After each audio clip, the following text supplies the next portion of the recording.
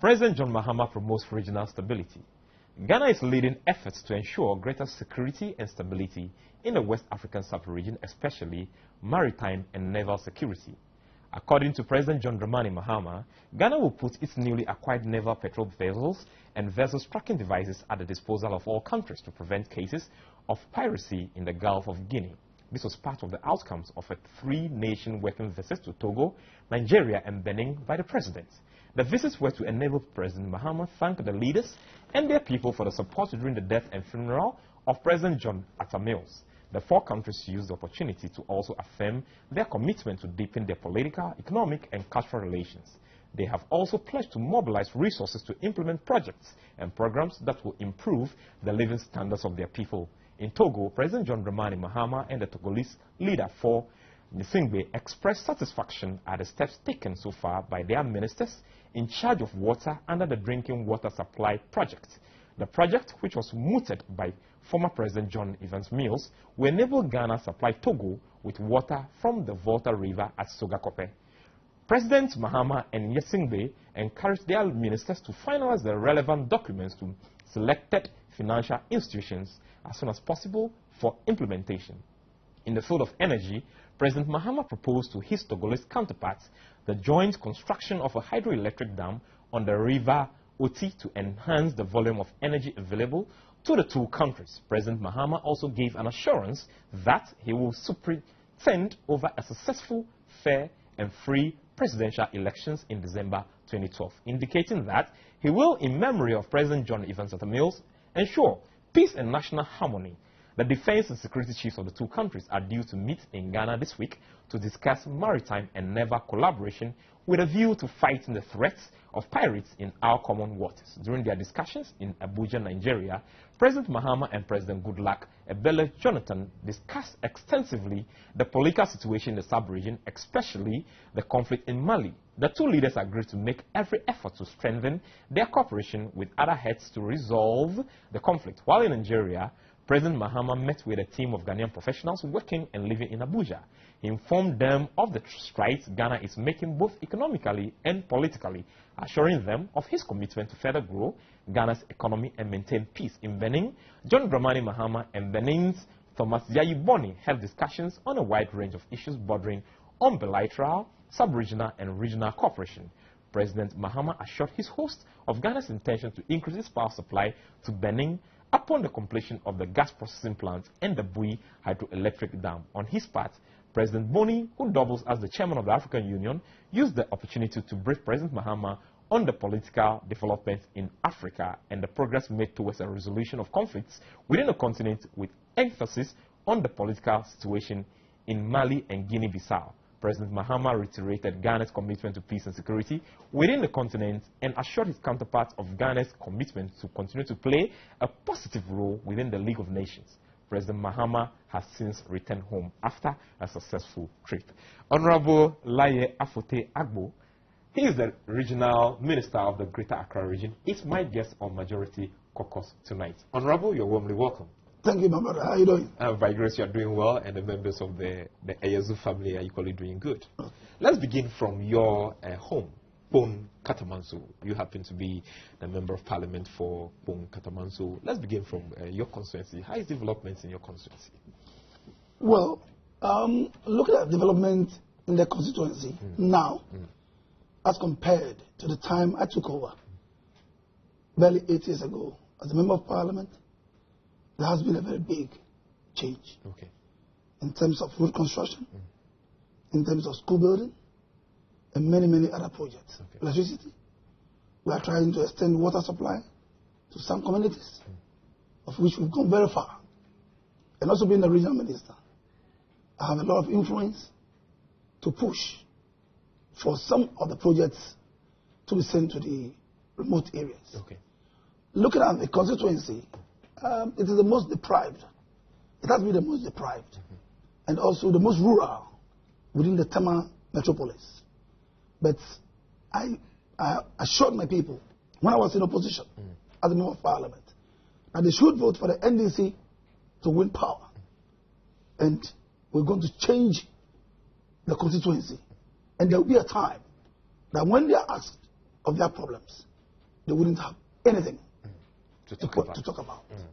And we have moved. We've moved from somewhere, and we've come very far. And I can assure you that we've touched on almost all the major roads within the constituency. Okay. We are left with the rural section and some part of the middle belt. Okay. As I speak to you now, we finished with the drains. We are now putting the laterite on the roads. And by the end of this year, almost all the major roads within the middle belt, I'm talking about Kokompe, Calypso, Sebrepo, Bethlehem, Kakasunsirun, Saki Uptown, and then Freetown would be tarred. Okay. Then after that, we move into the communities and start working on the inner roads. Wow. Whilst we'll be tackling the major roads up north.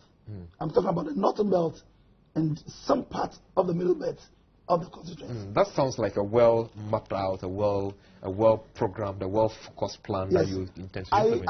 I was involved in a cleanup exercise in one of the communities called Kakasunoka No. 1. And whilst we were... That is around the Michelle Camp, area. Yeah? Whilst we were on the job, I could hear from the background, some of the people were saying, no road, no votes. No road, no votes. But I knew what they were doing. After the cleanup exercise, I engaged them. And I explained to them that I'm the member of parliament not for Kakasunoka No. 1, but from Kpone all the way into the Green Mountains. Okay. That's contained. And I don't think they should expect me to be pushing or to be working on all the roads or to be solving all the problems at the same time. We've started from somewhere. And for the fact that we have started doing something, they should have confidence that we can solve the problems in other communities within the constituency. In fact, during the biometric registration exercise, I have been with the National Youth Organizer, Ludic Longe, and then the Greater Accra Youth Organizer, Ashong Thomas. We've been to your constituency especially. We've been to a few places to supervise the registration. And I saw something very profound in one of the centers. There's a school that has on its roofing a transparent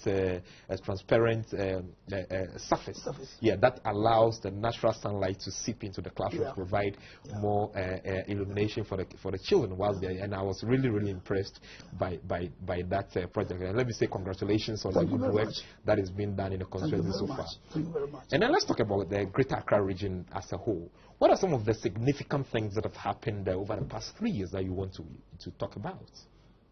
My brother, for security in the Greater Accra region is very critical. Okay.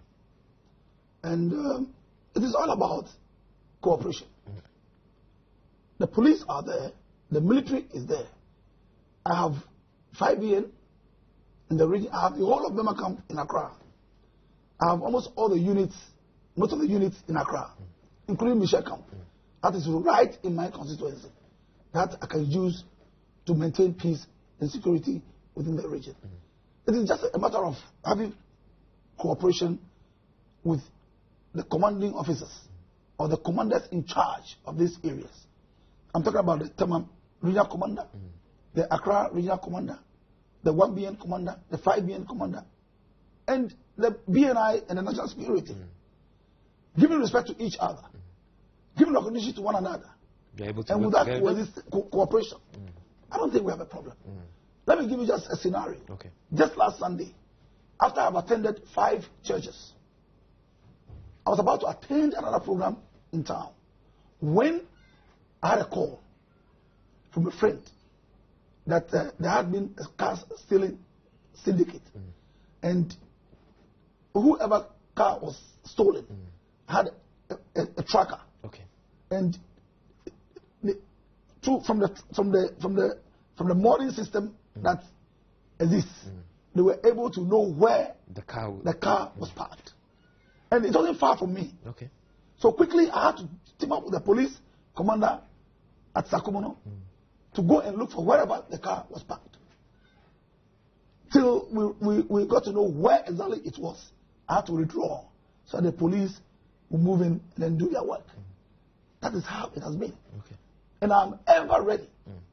I have about 3 phones. I don't put even one off when I'm going to bed. All the lines are on so that I can respond to any call at any time. I don't want to be in darkness. I want to know what is going on at any given time. And I have been ready to respond rapidly to any call from any quarter. Okay, that's the area of security. Oh, yeah. And in terms of development, to be frank honest with you, I have been in close contact with my colleague, sector ministers. Okay. Water, roads, electricity. I've been in close contact with them. We love ourselves. We work as a team. We have respect for ourselves. And we are pushing. Where we don't have meters, I have written letters. I have asked the assembly members to write letters to me as a real minister from those areas, Adan, Kakasunanka, from Kokrobite. I've asked them to bring the letters as the people on the ground to at least report to me of their problem and what they want. And I have also written as the minister of the region, attached it to that letter and forwarded it to my colleague ministers. And all these problems would be solved. Okay. And that is how it has been. Wow. That's how. In fact, you sound like a man very confident of your job and then what you're doing. You mentioned the issue of roads. I recall that a few years ago, the main Teshi La Road had been a major worry for the residents there. And then somewhere within the year, President Mills also commissioned the 100-bed malaria facility in Teshi. That is in the Lejokuku constituency. And then there was some water project, small town water projects, and some other projects that the president commissioned in Accra.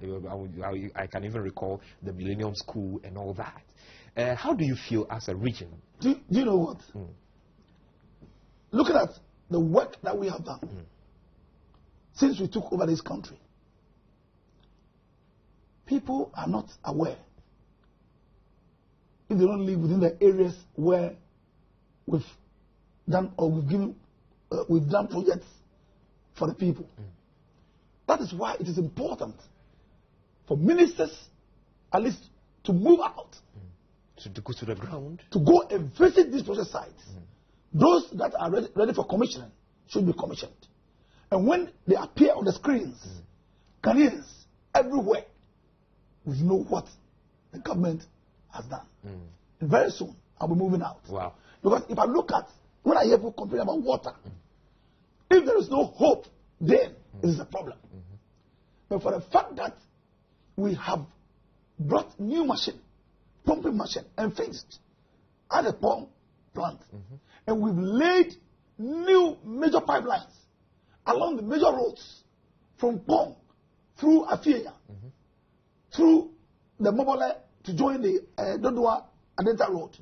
We've laid all the way from the junction, the Dodua junction to Adenta, and we'll continue. So the Adenta water problem is going to be solved very soon? For 45 years to come. Wow. There won't be water problem in this country.